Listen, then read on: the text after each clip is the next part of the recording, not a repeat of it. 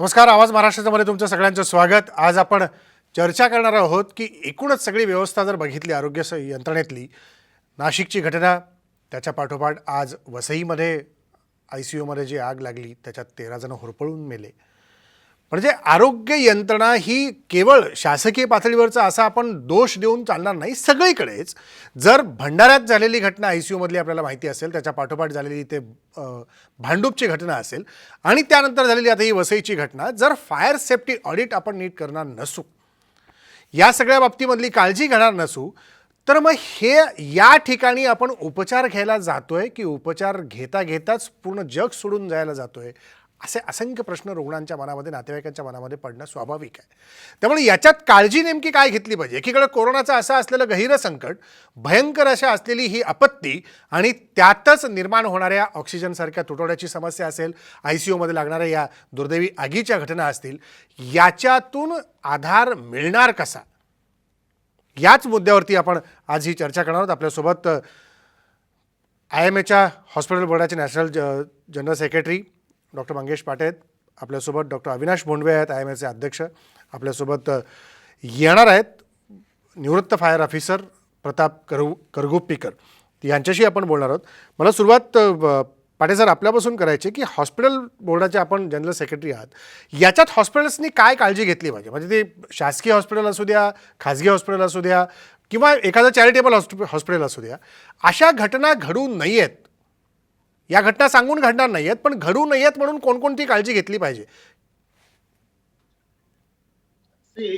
Hospitals मग ते कुठलेही असू देत, प्रायव्हेट सेक्टर असू दे, गव्हर्नमेंट सेक्टर असू दे, हे काही प्रमाणामध्ये पब्लिक प्लेस असतं, लक्षात ठेवा.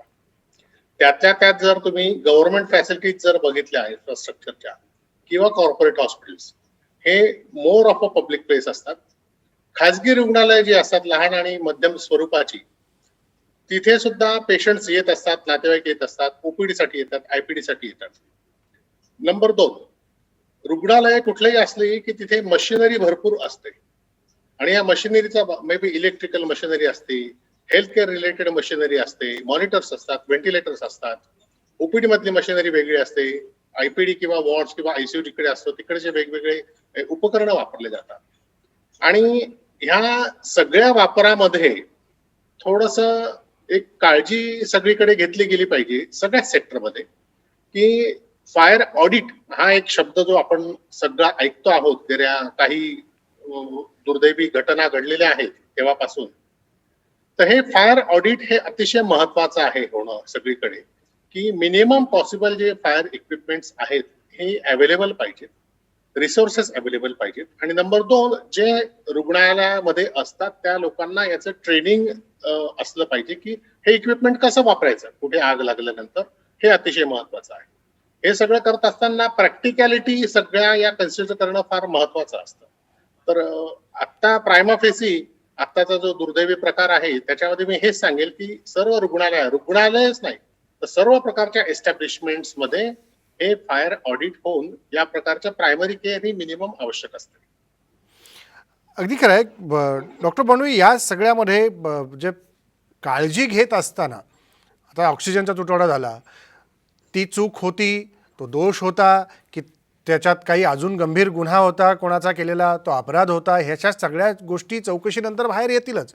पण ऑक्सिजनचा तुटवडा निर्माण होतो, यंत्रणा म्हणते की हे कमी पडतंय, सरकार म्हणते आम्हाला ते हवं आहे, आणि अशा ह्याच्यामध्ये आरोग्य यंत्रणेवर आलेला ताण आपण सगळेजणच पाहतोय. जे डॉक्टर नर्सेस हे 24-24 तास पेशंटला पूर्णपणे जिवंत व्यवस्थित घरी जावा तो रुग्ण, याच्यासाठी म्हणून काळजी घेत आहेत आणि जीवाचं रान करतायत, हे सगळेजणच पाहतोय. पण अशा काही घटना पुन्हा काही प्रश्नचिन्ह निर्माण करून ठेवतात.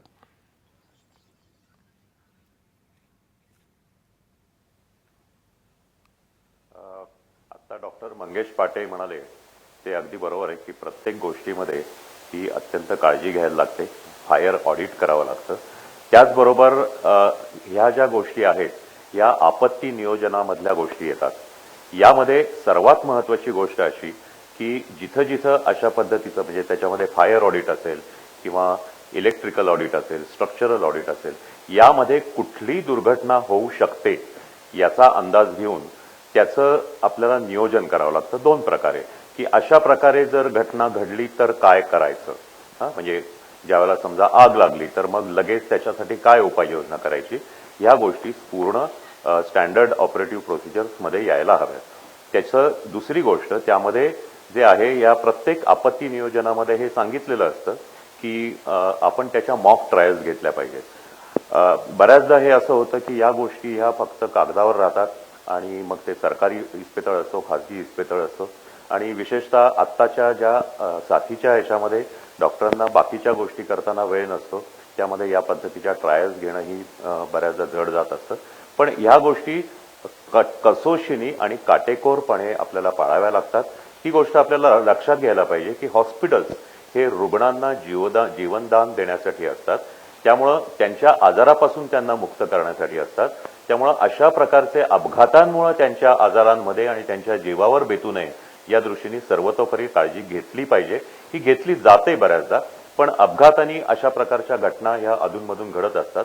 फक्त हॉस्पिटल्समध्येच नव्हे तर अगदी सरकारी कार्यालयात काय किंवा इव्हन मंत्रालयात सुद्धा अशा प्रकारच्या गोष्टी घडत असतात. तर यावर आपल्याला खूप कसोशीने आणि वरचेवर नियंत्रण ठेवावं लागतं की ते ऑडिट आहे किंवा हे तपासणी आहे ही खूप वरचेवर आणि रेग्युलर करावी लागते. हे तपासणी करणारे जे लोक आहेत त्यांचीही क्वालिटी आणि त्यांचं ज्ञान हेही आपण बघून घ्यावं लागतं. हे अगदी खरं आहे सर. पण या सगळ्या पार्श्वभूमीवरती थोडंसं आत्ता आपण या दोन गोष्टी सुरुवातीला तर बघितल्या, पण कोरोनाच्या बाबतीमध्ये काही प्रश्न आपल्या दोघांनाही मला विचारायचे आहेत की रेमडेसिवीरच्या संदर्भामध्ये इतकी जोरदार चर्चा होते. आता हॉस्पिटल्सला रेस्ट्रिक्शन आणले की तुमच्या इथं जे मेडिकल असेल तिथेच तुम्ही ते प्रिस्क्रिप्शन लिहून द्यायचं आणि ते तुम्ही कलेक्टरच्या कंट्रोल रूमला आपली मागणी नोंदवायची, त्याप्रमाणे तुम्हाला सप्लाय केला जाईल. पण आजही अनेक रुग्णांचे नातेवाईक बाहेर रेमडेसिवीरसाठी फेऱ्या मारताना दिसत आहेत, अनेकांना फोन करताना दिसत आहेत. ही खरंच, आणि दुसऱ्या बाजूला मेडिकल क्षेत्रातल्याच अनेक काही लोक असं म्हणतात की नाही, इतका अतिरेक वापर करण्याची गरज नाही आहे, विदाऊट रेमडेसिवीर आपण करू शकतो. काल WHOने एक पत्रक काढलं की रेमडेसिवीर काही उपयुक्त नाही आहे. जे आपण रुग्ण म्हणून जर विचार केला, नातेवाईक म्हणून त्याचा विचार केला, तर हे तथ्य कशात मानायचं? साहेब, मला एक गोष्ट खूप महत्वाची नोंद करावीशी वाटते. एक म्हणजे रेमडेसिवीरमुळं मृत्यूदरात फरक होत नाही असं वारंवार सांगितलं जातंय. WHO कडून सांगितलं गेलं, ICMR कडून सांगितलं गेलं, परंतु भारतातल्या हजारो नव्हे प्रत्येक फिजिशियन किंवा पल्मनॉलॉजिस्ट किंवा जे या पद्धतीच्या कोरोनाच्या गंभीर स्वरूपाच्या रुग्णांवर उपचार करतात, अशा सर्व डॉक्टरांचं हे मत आहे की योग्य परिस्थितीत, म्हणजे ज्यावेळेला सुरुवातीच्या मध्यम स्थितीच्या किंवा सौम्य पद्धतीच्या किंवा मध्यम परिस्थितीमध्ये असलेल्या करोना रुग्णाला जर ते वेळेत दिलं गेलं तर ह्या करोनाचे जे विषाणू असतात त्यांची जी वाढ असते, त्यांचं जे मल्टिप्लिकेशन असतं ते थांबतं आणि त्याचा आजार हा कंट्रोलमध्ये लवकर येतो. हे सगळ्यांचं मत आहे. आणि दुसरी गोष्ट एक लक्षात घ्या की ज्या वेळेला आतापर्यंत ज्या वेळेला रुग्णसंख्या वाढते, आता जे परिस्थिती झाली आहे ती मागच्या ऑगस्टमध्येही झाली होती. ज्यावेळेला रुग्णसंख्या वेगाने वाढते आणि ठेवलेला साठा किंवा ह्या इंजेक्शनचा साठा हा अपुऱ्या नियोजनामुळे ज्यावेळेला कमी पडायला लागतो, त्यावेळेला तो डॉक्टर जास्ती वापरतात अशा प्रकारचा आरोप केला जातो. परंतु ते तशी परिस्थिती नाही आहे. जर हे वापरायचंच नसेल तर भारत सरकारने, महाराष्ट्र सरकारने त्याच्यावर वापरू नका म्हणून बंदी घातली असते. उलट महाराष्ट्राच्या टास्क फोर्सनी मागच्या ऑगस्टमध्ये सर्व डॉक्टरांना हे असं सांगितलं होतं की तुम्ही ही या पद्धतीने वापरा. आणि काही ठिकाणी त्यावेळेला 6 इंजेक्शन्स असतात, पहिल्या दिवशी 2 आणि नंतर रोज एक, अशी 4. आणि त्यावेळेला महाराष्ट्र सरकारच्या टास्क फोर्सनी आणि इव्हन आम्ही इंडियन मेडिकल असोसिएशननी, डॉक्टर मंगेश पाटे सुद्धा त्यामध्ये, आम्ही दोघांनी मिळून हे काम केलं होतं की सर्व रुग्णालयांना हे सांगितलं होतं की या परिस्थितीमध्ये वापरा. आणि आजही मी खात्रीने सांगतो की योग्य रुग्णांवरच ते वापरलं जातं. परंतु ही संख्याच एवढी वेगाने वाढली की जो अपेक्षित साठा होता तो कमी पडला. आणि या पद्धतीने जर वापरल्या गेल्यानंतर डॉक्टरांना दोष दिला जातो. परंतु दुसरी बाजू एक लक्षात घ्या की जर ते वापरलं नाही आणि जर रुग्णाला कमी जास्ती काही झालं तर हेच रुग्ण आणि हेच याच संस्था, या डॉक्टरांनी रुग्णांची काळजी योग्य पद्धतीने घेतली नाही म्हणून डॉक्टरांना दोषारोप करायला कमी करणार नाहीत. आणखीन एक गोष्ट अशी की या पद्धतीचे जे आरोप आहेत हे अनेकदा डॉक्टरांवर केले जातात, ते अत्यंत गैरलागू आणि बिनबुडाचे असतात. मागच्या वर्षी सुद्धा ज्यावेळेला ऑक्सिजन कमी पडत होता त्यावेळेला ऑक्सिजनचं प्रोडक्शन वाढण्याऐवजी महाराष्ट्र सरकारच्या आरोग्य सचिवांनी असं सांगितलं होतं की फक्त 5 लिटरच तुम्ही ऑक्सिजन वापरा, त्यापेक्षा जास्त वापरू नये. त्यावेळेला आम्ही स्वतःहून त्यावेळेला ह्या गोष्टीबद्दल चर्चा केली होती आणि त्या पद्धतीने नंतर मग ताबडतोब ते निवेदन मागं घेतलं होतं की समोर ज्या वेळेला रुग्णाला उपचार करत असतो त्या डॉक्टरचं त्या पेशंटला वाचवण्यासाठीचे जे मत असतं, हे औषध दिलं पाहिजे, ते महत्वाचं असतं. ते अशा प्रकारे बाहेर उभं राहून आपल्याला सांगता येत नाही की तुम्ही इतकाच ऑक्सिजन लावा किंवा हे इंजेक्शन देऊ नका. तर ह्या ज्या गोष्टी आहेत ना, या केवळ त्या वेळेला ज्या वेळेला साठा कमी पडतो त्यावेळेला ह्या लादल्या जातात. आता परिस्थिती बरोबर. अशी सर, आहे की ऑक्सिजनच्या बद्दल रेमडेसिवीर हे इंजेक्शन उपलब्ध डॉक्टर बोंडवे, ऑक्सिजनच्या बद्दल मी परत एकदा त्याच्यावर चर्चा करणारच आहे किंवा काही मुद्द्यानंतर. पण डॉक्टर पाटील, तोच मुद्दा आहे की रेमडेसिवीरच्या संदर्भामध्ये ज्या काही चर्चा होतात किंवा जे काही आता बाहेर रुग्णांच्या नातेवाईकांची ससे होलपट आपण पाहतोय, मेडिकलमध्ये जाताना धावपळ पाहतोय, तर याबद्दल आपलं मत काय? 2 गोष्टींवर मी सांगेन तुम्हाला. नंबर 1, रेमडेसिवीर या औषधाबद्दल, इंजेक्शन बद्दल, आणि नंबर 2, रेमडेसिवीरच्या प्रोक्युअरमेंट बद्दल. सगळ्यात पहिल्यांदा आता जी चर्चा झाली की रेमडेसिवीरचं बद्दल WHO म्हणा किंवा टास्क फोर्सने जे काही गाईडलाईन्स प्रसारित केलेल्या आहेत त्या नीट वाचा एकदा. मी थोडं वेगळ्या पद्धतीने इथे मांडतो हा विषय, म्हणजे सर्वांना कळेल. आपण कुठल्या गोष्टीवर प्रेस करून ही गोष्ट सर्वांपुढे, लोकांपुढे मांडली पाहिजे, त्याच्यावर अवलंबून आहे आपण लोकांना काय मेसेज देतोय ते. एका बाजूला आपण म्हणायचं रेमडेसिवीर ही काय संजीवनी नाहीये, क्युअर नाही करोनासाठी, कोणीच म्हणत नाहीये. हे आधीपासून सर्व डॉक्टर्सना माहिती आहे की रेमडेसिवीर हे अँटीव्हायरल ड्रग आहे, त्याच्यात रॉकेट सायन्स काहीच नाही, लक्षात ठेवा. पण जे लोक ऍक्च्युअली ग्राउंड लेवलला आयसीयूज मध्ये, कोविड हॉस्पिटल्समध्ये काम करत आहेत, त्या डॉक्टर्सना सुद्धा माहिती आहे जर रेमडेसिवीर हे त्या हॉस्पिटल्समध्ये किंवा आयसीयू मध्ये पेशंटसाठी योग्य वेळी वापरलं तर त्याचा नक्कीच पेशंटला फायदा होतो, याच्यामध्ये काहीही दुमत नसावं. जर असतं तर या गाईडलाईन्स मध्ये, मग ते WHO असू दे, ICMR असू दे, अन्यथा राज्याचा टास्क फोर्स असू दे, त्यांनी हे का म्हणावं, दुसऱ्या दिवसापासून 9व्या दिवसापर्यंत हे वापरावं म्हणून. व्हेरी फॅक्ट, दिस सेंटेन्स, हा वाक्याचाच अर्थ इनडायरेक्टली असा आहे की त्या दिवसांमध्ये वापरलं तर त्याचा फायदा आहे. मग आम्ही दुसरं काहीच सांगत नाही. परंतु जेव्हा आपण सांगतो तिथे पहिलेच वाक्य म्हणतो की ही काही संजीवनी नाही आणि हे काही करोनाला क्युअर नाहीये, तर आपण वेगळ्या प्रकारचा मेसेज लोकांपर्यंत पोहोचवतो, हे लक्षात घ्या. असं थोडंसं मिसगायडिंग होतं ते स्टेटमेंट. रेमडेसिवीर नक्कीच उपयुक्त आहे, अँटीव्हायरल आहे, व्हायरल लोड ते कमी करतं, याच्यामध्ये काही दुमत नाही. नंबर 2, रेमडेसिवीरच्या प्रोक्युअरमेंट बद्दल आता सध्याची गाईडलाईन अशी सरकारने दिलेली आहे की ज्या हॉस्पिटल्समध्ये किंवा रुग्णालयांमध्ये पेशंट ऍडमिट आहेत त्या हॉस्पिटलनेच हे रेमडेसिवीर प्रोक्युअर करायचं आहे आणि नातेवाईकांना लिहून देण्यात येऊ नये. कारण जेव्हा नातेवाईकांना लिहून देण्यात येत होतं, नातेवाईक सगळीकडे फिरत होते, आजही फिरता आहेत, आणि त्यांना सगळीकडे भटकून सुद्धा रेमडेसिवीर कुठल्या मेडिकलमध्ये मिळत नाही. ते तरी काय करतील? आपला जो रुग्ण ऍडमिट आहे त्याचा जीव वाचवण्यासाठी आणि त्याला बरं करण्यासाठी ते त्यांच्या परीने प्रयत्न करतायत. रेमडेसिवीर हे अतिशय कमी प्रमाणात अवेलेबल आहे, त्याची स्कॅरसिटी आहे सगळीकडे, ही पहिली गोष्ट. नंबर 2, जर सगळीकडे स्कॅरसिटी आहे, हॉस्पिटल प्रोक्युअर करण्यासाठी जेव्हा लोकल सिव्हिक बॉडीजच्या थ्रू कलेक्टरकडे किंवा FDA कडे आपली रिक्वायरमेंट पाठवते, आज 50ची जर रिक्वायरमेंट पाठवली, 50 आम्हाला इंजेक्शन पाहिजे, आमच्याकडे एवढे पेशंट ऍडमिट आहेत, तर 2 येतात, 5 येतात, 10 येतात, हॉस्पिटल्स कुठून आणणार रेमडेसिवीर? तर अशा प्रकारची हे गाईडलाईन, थोडंसं माझं ऑब्जेक्शन आहे या गोष्टीला की हा ओनस हॉस्पिटल्स अँड डॉक्टर्सवर नाहीये.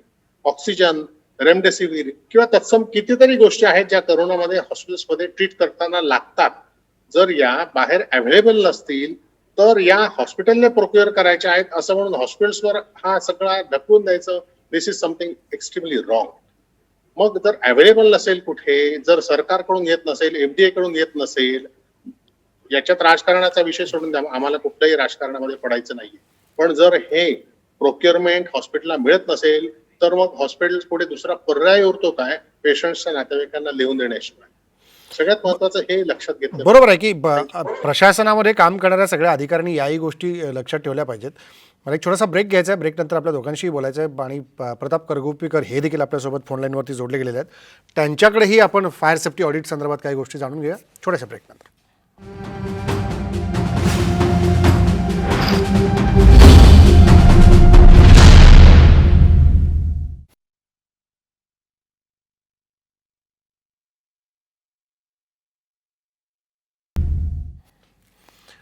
ब्रेकनंतर पुन्हा एकदा तुमचं स्वागत. आपण चर्चा करतोय की हॉस्पिटलमधल्या या सगळ्या ऑडिटबद्दल. प्रताप करवीकर सर आपल्यासोबत आहेत, निवृत्त फायर ऑफिसर. सर, अनेक वेळेला तुम्ही अशा गोष्टींचं ऑडिट केलेलं असेल, तुम्ही का सर्व्हिसमध्ये असताना किंबहुना आत्ताही तुम्हाला काही वेळेला समितीवरती, चौकशी समितीवरती देखील घेतलं गेलेलं असेल एक तज्ज्ञ म्हणून.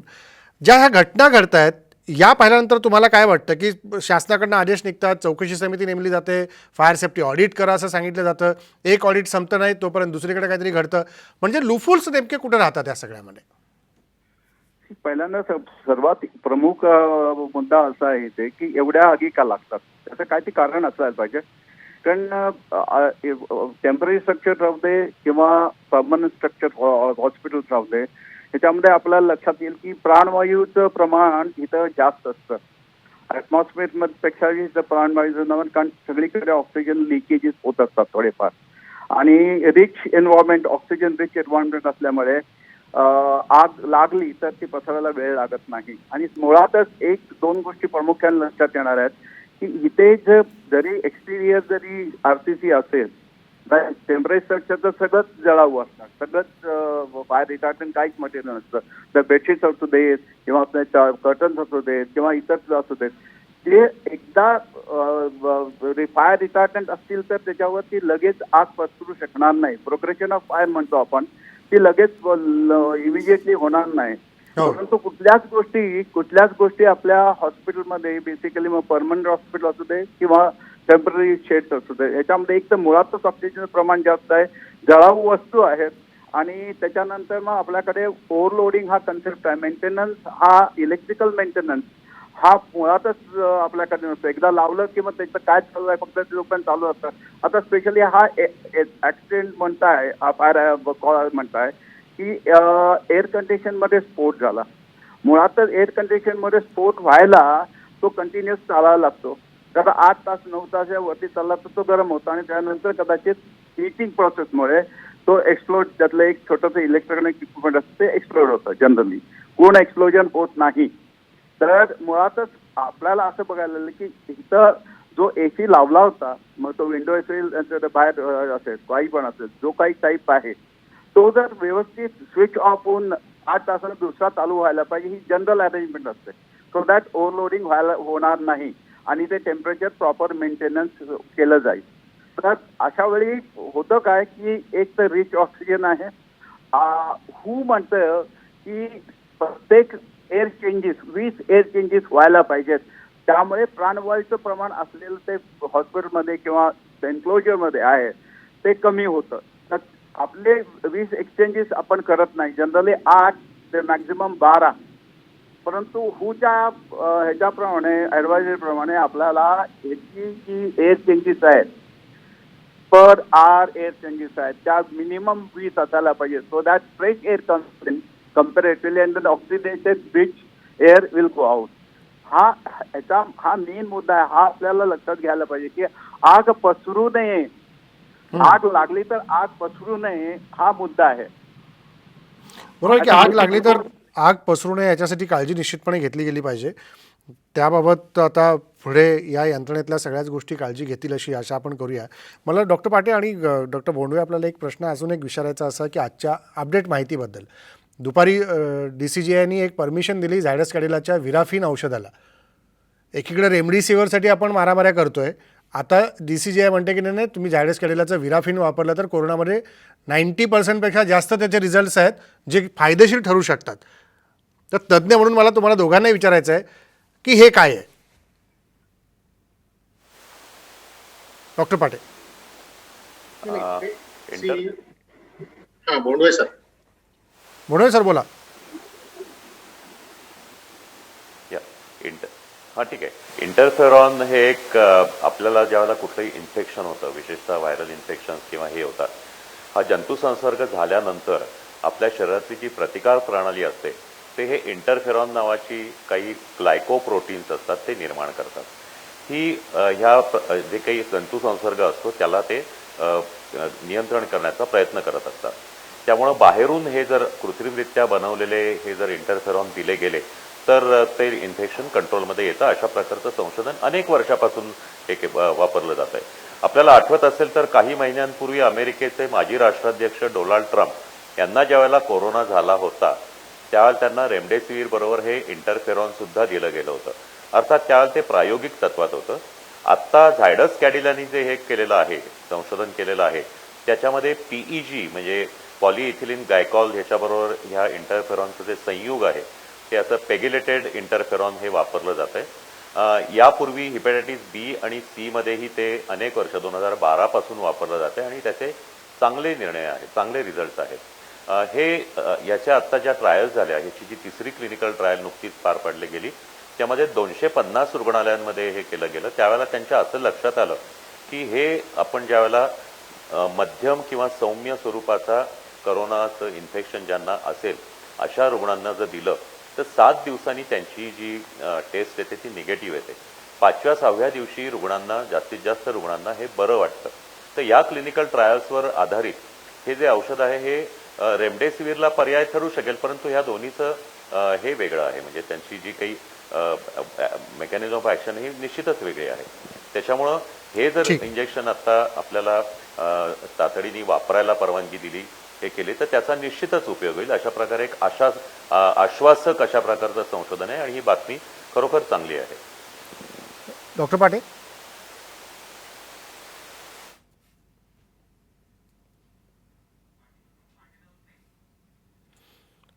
पाटे सर, आवाज येतो माझा?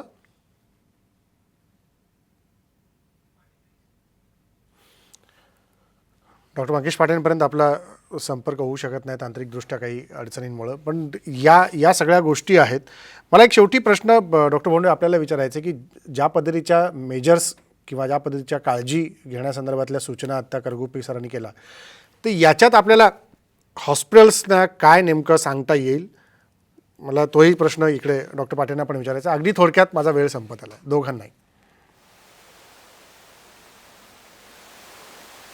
बरोबर आहे. म्हणजे मी आता त्यांचं जे बोलणं ऐकलं त्याप्रमाणे मी निश्चितच असं म्हणेन की या पद्धतीचे जर कुणीही ऑडिट करणारे व्यक्ती जर मिळत असेल तर त्या पद्धतीचं ऑडिट हे व्हायला पाहिजे. ऑडिटमध्ये ज्या काही दोष आहेत ते त्यांनी सांगितलं की तुझं लिकेज असतं, हे असतं, ऑक्सिजनचं प्रमाण जास्ती आहे, हे सगळं शोधून काढणारे किंवा हे सांगणारी व्यक्ती आणि त्यानंतर त्याचं पूर्णपणे अंमलबजावणी करणं हे प्रत्येक हॉस्पिटलचं कर्तव्य आहे आणि त्या पद्धतीने प्रत्येकाने हे करावं. आत्ता हे अनेक हॉस्पिटल्स करतातच, परंतु कधीकधी जास्ती कामामुळे या गोष्टींकडे कदाचित उशिरा केल्या जातात. परंतु आपल्याला पेशंटच्या सेवेसाठी किंवा त्यांना कुठलाही त्रास होऊ नये यासाठी प्रत्येक हॉस्पिटलचं हे कर्तव्य आहे, हे निश्चित. बिलकुल डॉक्टर पाटे, या सगळ्या म्हणजे हॉस्पिटल्समध्ये होणारं हे सगळं जे अग्नितांडव आपण सारखं पाहतोय हे थांबवायचं असेल तर हॉस्पिटल बोर्डाचे राष्ट्रीय सचिव म्हणून तुम्ही सगळ्या रुग्णालयांना काय एक सांगू इच्छिता की काय मेजर्स आपण सगळ्यांनी पाळले पाहिजेत आणि अशात या काळामध्ये तर आपण काय नेमकी काळजी घेतली पाहिजे? एकदम थोडक्यात सांगतो तुम्हाला. आम्ही इंडियन मेडिकल असोसिएशन तर्फे इव्हन मागच्या वर्षी सुद्धा डॉक्टर बोंडवे प्रेसिडेंट होते तेव्हा इव्हन आता सुद्धा आम्ही सगळ्या हॉस्पिटल्सला इन्स्ट्रक्शन दिले आहे की सगळ्यांनी कॅटेगोरिकली सायंटिफिक फायर ऑडिट केलं पाहिजे. याच्यात इश्यू कुठे नीट लक्षात घ्या तुम्ही. जेव्हा मी मगाशी सांगितलं फायर ऑडिट म्हणजे काय, तर फायर ऑडिट म्हणून बऱ्याच वेळेला सिव्हिक बॉडीज आहेत, लोकल स्थानिक स्वराज्य संस्था, या प्रशासनांकडून ह्युमन इंटरफेरन्स जास्त होतो त्याच्यामध्ये. याचा अर्थ की स्थानिक स्वराज्य संस्थांमधले जे फायर ऑफिसर्स असतात त्यांच्याकडून एनओसी आणायचं हे कंपल्शन होतं, जे चुकीचं आहे. याच्यात मी माझ्या मनातलं सांगत नाही, महाराष्ट्र सरकारचं नोटिफिकेशन आहे. 539 गव्हर्नमेंट अप्रूव्ड एजन्सीज आहेत महाराष्ट्रामध्ये सध्या, ज्या या फायर ऑडिट करण्यासाठी त्यांना अप्रूव्ह केलेलं आहे. तर या गव्हर्नमेंट नोटिफिकेशन नुसार दर 6 महिन्यांनी सगळ्या एस्टॅब्लिशमेंट मधलं फायर ऑडिट या प्रायव्हेट एजन्सीने कडून बी सर्टिफिकेशन द्यायचं असतं आणि जे आमचे हॉस्पिटल करू शकतात. परंतु तरी पण हॉस्पिटल्सला तुम्ही फायर ऑफिसर कडूनच एनओसी आणलं पाहिजे अशा प्रकारची हे थोडंसं इम्प्रॅक्टिकल जबरदस्ती केली जाते. कुठल्या स्वरूपात आणि कशा करता केली जाते, मी याच्या संदर्भात चीफ फायर ऑफिसरला सुद्धा भेटलो होतो मागच्या वर्षी करोनाच्या जस्ट आधी. त्यांनी सुद्धा हे मानलं होतं की हो असं नोटिफिकेशन आहे आणि या गव्हर्नमेंट अप्रूव्ड एजन्सी ऍक्टिव्हेट केल्या पाहिजे आणि त्यांना रोल दिला पाहिजे फायर ऑडिट करण्यामध्ये आणि ते ऍक्सेप्ट झालं पाहिजे. हे मी जर फायर ऑडिट केलं तर प्रॉपर फायर सेफ्टी इक्विपमेंट सगळीकडे येतील, सगळ्यांना ट्रेनिंग व्यवस्थित होईल आणि तिथे स्थानिक स्वराज्य संस्थांमधला ह्युमन इंटरफिअरन्स हा कमी केला पाहिजे, हे स्ट्रिक्टली मी सांगू इच्छितो. अगदी खरं आहे. धन्यवाद डॉक्टर मंगेश पाटील, डॉक्टर बोंडवे आणि करगुप्पी सर, तुम्ही आलात आणि या चर्चेत सहभागी झालात त्याबद्दल. अजूनही या कोरोनाच्या काळातल्या वेगवेगळ्या मुद्द्यांवरती आपण बोलत राहूच, कारण तुम्हा सगळ्यांचं सल्ले आणि सूचना मार्गदर्शन जनतेपर्यंत नेहमी साम टी व्हीच्या माध्यमातून जात राहील ही अपेक्षा निश्चितपणे या ठिकाणी व्यक्त करतो आणि आभार तुम्ही आलात त्या कार्यक्रमात सहभागी झालात त्याबद्दल. खरं तर या गोष्टी कोरोनाच्या काळामध्ये पाळत असताना नियमावली तर निश्चितपणे बघितली पाहिजे आणि रुग्णांच्या जीवदानासाठी असलेले हॉस्पिटल्स हे अग्नितांडवातून एक प्रकारे मृत्यूचा मार्ग ठरता कामा नयेत याबद्दलही आपण तितकंच सतर्क राहिलो पाहिजे. त्यामुळं दोष कुणाचा, चूक कुणाची, गुन्हा कुणी केला, अपराधी कोण, या प्रश्नांची उत्तरं ही कालानुरूप मिळत राहतील, पण गेलेल्या माणसांचे जीव मात्र परत येणार नाहीत. याबद्दल सगळ्यांनीच काळजी घेतली पाहिजे. इथं थांबू. नमस्कार.